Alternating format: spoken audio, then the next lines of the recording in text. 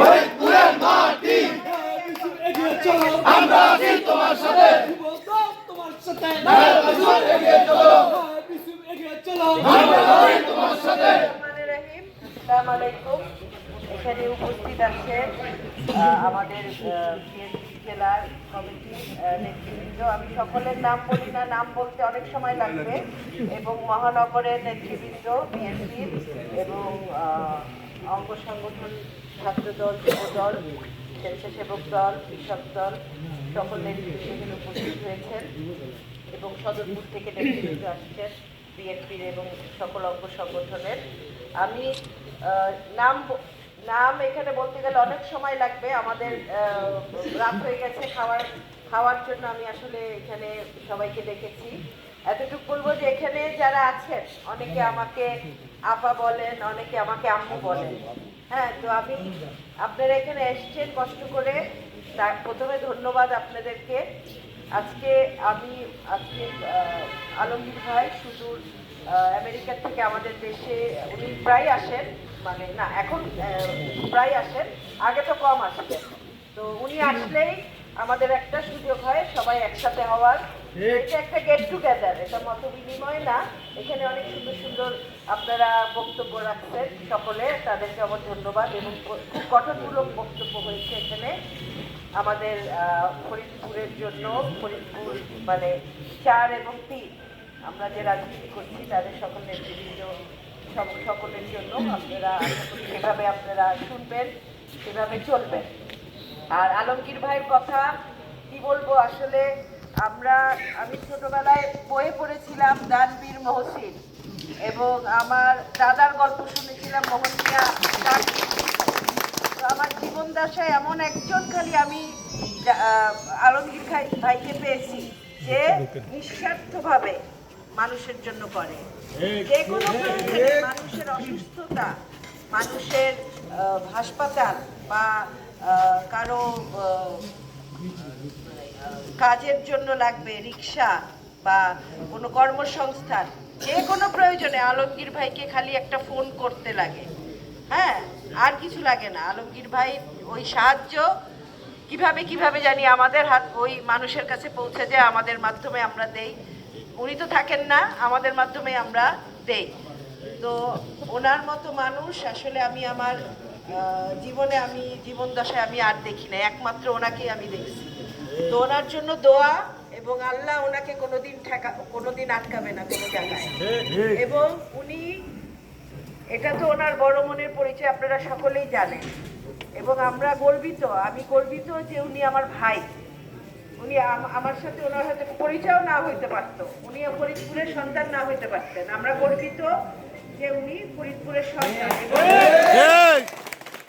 আপদে সে যেভাবে ঝাঁপিয়ে পড়ে। এবং আরেকটা যেটা আমি এর মধ্যে যেটা হয়েছে যে উনি সদরপুর চরভদ্রসন ভাঙায় উনি নির্বাচন করার জন্য উনি মানে নির্বাচনী কাজকর্ম করছিলেন, কিন্তু এর মধ্যে যখন চেয়ারম্যান বাবুল ভাইকে বললেন যে না তুমি ওখানে করো, আলমগীর কবির ভাই করছিলেন। আলমগীর কবির ভাই বিদেশে থাকে, তো যেটাই হোক উনি ওইটা ওনার জন্মস্থান চরভদ্রসন সদরপুর, এবং উনি ওখানে নির্বাচন করবেন। কিন্তু কতটা বড় মনের মানুষ হলে যে চেয়ারম্যান যখন বলছে যে বাবুল ভাইকে দিবে, উনি সেই মুহূর্তেই উনি কিন্তু একটা কোনো দুঃখ পায় নাই, বা একটা কোনো বলে নাই যে এটা কেন করলেন, বা আমি দাঁড়াতে চাই, বা ওনার একটা কোনো আফসোস ছিল না। এটা অনেক বড় মনের, যে একটা নির্বাচনী এলাকা ছেড়ে দেওয়া, এটা কিন্তু সবার জন্য সম্ভব না। আমরা অনেক নেতৃবৃন্দ দেখি হয়তো বা সারা জীবন রাজনীতি করে, হ্যাঁ, কিন্তু মানুষের ভালোবাসা, মানুষের সম্মান, এটা এত সহজ জিনিস না, যেটা আলমগীর ভাই অর্জন করেছেন। আর সবচেয়ে বড় কথা মানুষের দোয়া, উনি যে মানুষের মুখে হাসি ফোটায়, এটার যে দোয়া, এটা ওনার সাদকায়ে জারিয়া।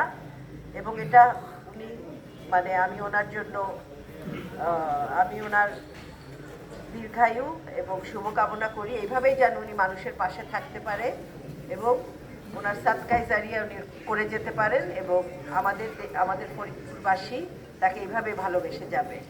এবং আমি এখানে নেতৃবৃন্দ যারা আছে তাদের উদ্দেশ্যে এতটুকু বলবো যে আপনারা যে আমার পাশে ছিলেন, আমার আব্বা চলে যাওয়ার পরে আমার কোনোদিন মনে হয় নাই যে আমি পারবো না।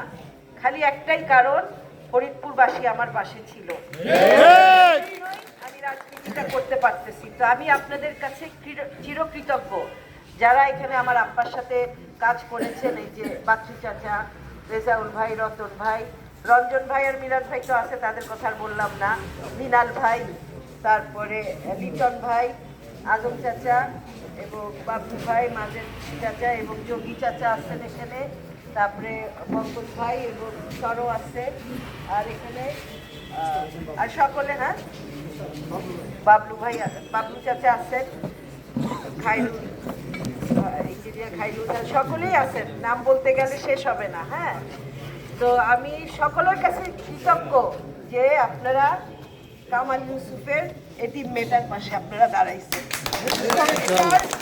আমি এতটুকু বলতে পারি, এর দোয়া আপনাদের জীবনে বরকতময় করবে ইনশাআল্লাহ।